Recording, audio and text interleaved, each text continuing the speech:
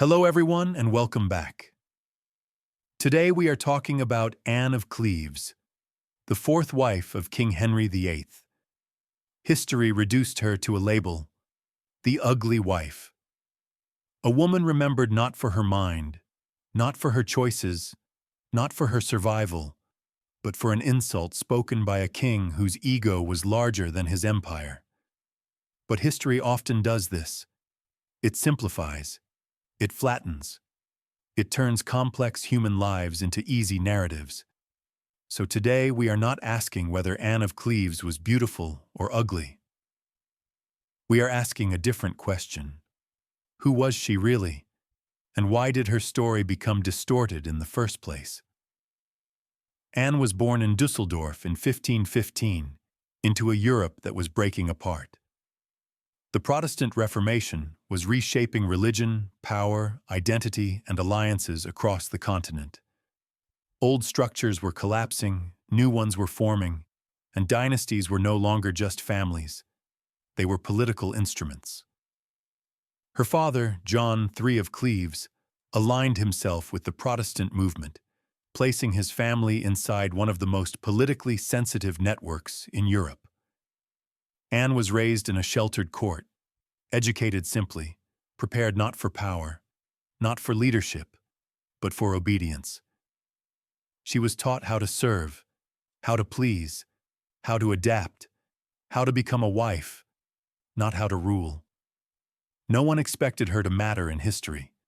No one imagined her name would be remembered.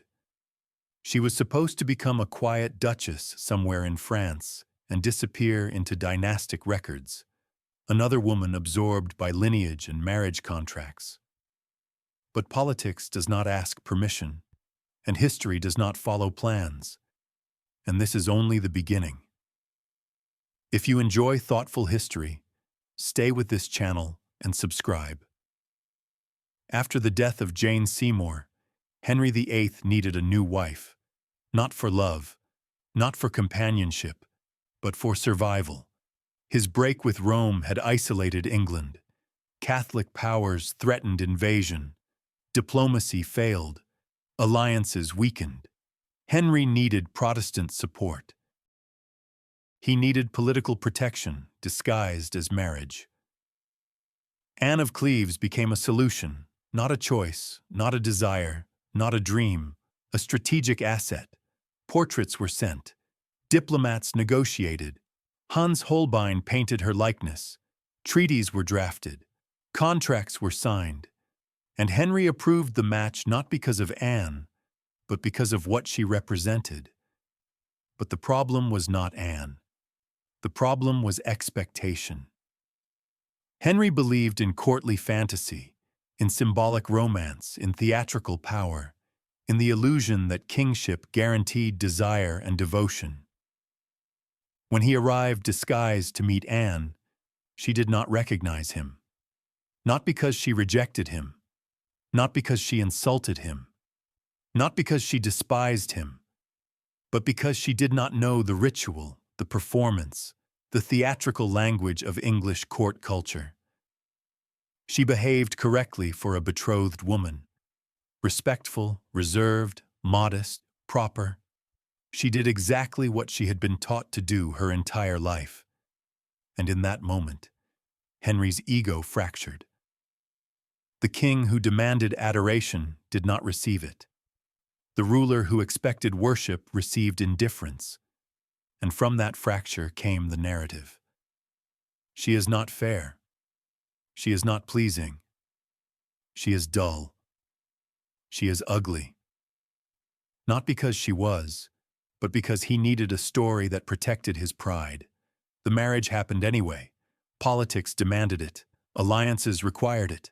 But the union was cold, distant, performative. Henry complained. He blamed her body, her face, her presence. He turned disappointment into propaganda. He turned personal humiliation into historical narrative. He built a story around her appearance because it was easier than admitting his own insecurity, decline, and fear of losing power over perception. Anne endured this quietly. She did not provoke. She did not retaliate. She did not humiliate him in return. She did not create scandal. She did not build factions. She did not weaponize influence. She remained calm, composed, restrained, observant. And when the annulment came, she accepted it without resistance, without public emotion, without spectacle. And this is where history misunderstands her. People see compliance and assume weakness, but what Anne of Cleves did was strategy. Because when the marriage ended, she walked away with wealth, property, status, royal protection, social security, and independence. She became one of the richest women in England. She kept royal favor. She kept her position at court. She was called the king's beloved sister. She remained respected by Mary Tudor. She remained close to Elizabeth Tudor. She lived freely, independently, safely, outside the role of wife, outside the danger of queenship, outside the violence of Tudor marriage politics. In a dynasty where women lost heads, she kept hers. In a court where queens were destroyed, she survived. In a system designed to consume women, she exited intact. And this is the truth history often ignores. Anne of Cleves did not lose. She won quietly. Not through power, not through ambition, not through manipulation, but through emotional intelligence, restraint, psychological control, timing, and awareness. She understood something most rulers never did, that survival is sometimes the highest form of victory. Her story is not about beauty. It is not about portraits. It is not about insults. It is not about humiliation. It is about a woman who entered one of the most dangerous royal systems in European history and walked out alive, respected, wealthy, and free. And now, we don't just look at Anne of Cleves as a historical figure or a painted face. We look at her as a living presence, not a symbol, not a rumor, not a stereotype, but a woman who once walked through halls of power, fear, ambition, manipulation, and danger, and walked out with her future intact. We didn't reconstruct her. We didn't recreate her. We didn't redesign her. We simply brought her back to life. Not as a queen, not as a political tool, not as a narrative device, but as a human being, a woman who crossed borders, cultures, languages, religions, and courts. A woman who entered one of the most brutal dynasties in European history and left it with her dignity, her safety, her wealth, and her independence. This is not the face of the ugly wife. This is not the face of rejection. This is not the face of failure. This is the face of intelligence, adaptation, emotional control, psychological resilience, quiet strength. Anne of Cleves did not conquer empires. She did not rule nations.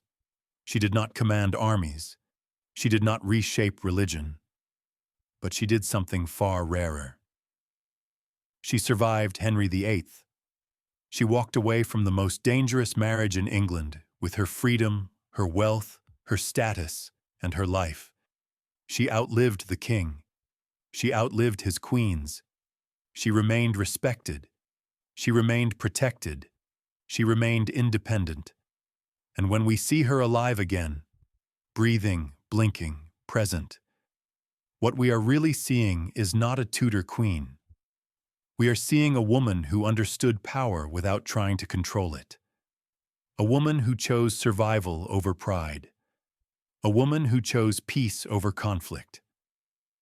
A woman who mastered the most dangerous skill in royal history, knowing when not to fight. This is Anne of Cleves, not history's ugly wife, not a joke, not a footnote, but the quiet winner of one of history's most brutal royal stories. Thank you for watching. If you value history told carefully and accurately, consider staying with this channel and subscribing. The past deserves precision as much as curiosity.